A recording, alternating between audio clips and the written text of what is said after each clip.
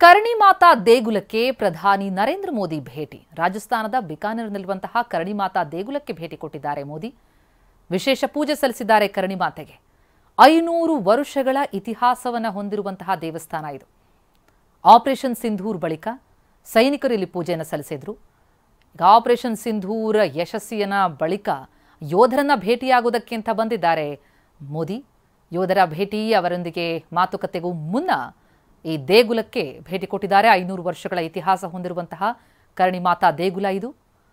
ವಿಶೇಷ ಪೂಜೆಯನ್ನ ಸಲ್ಲಿಸಿದ್ದಾರೆ ಪ್ರಧಾನಿ.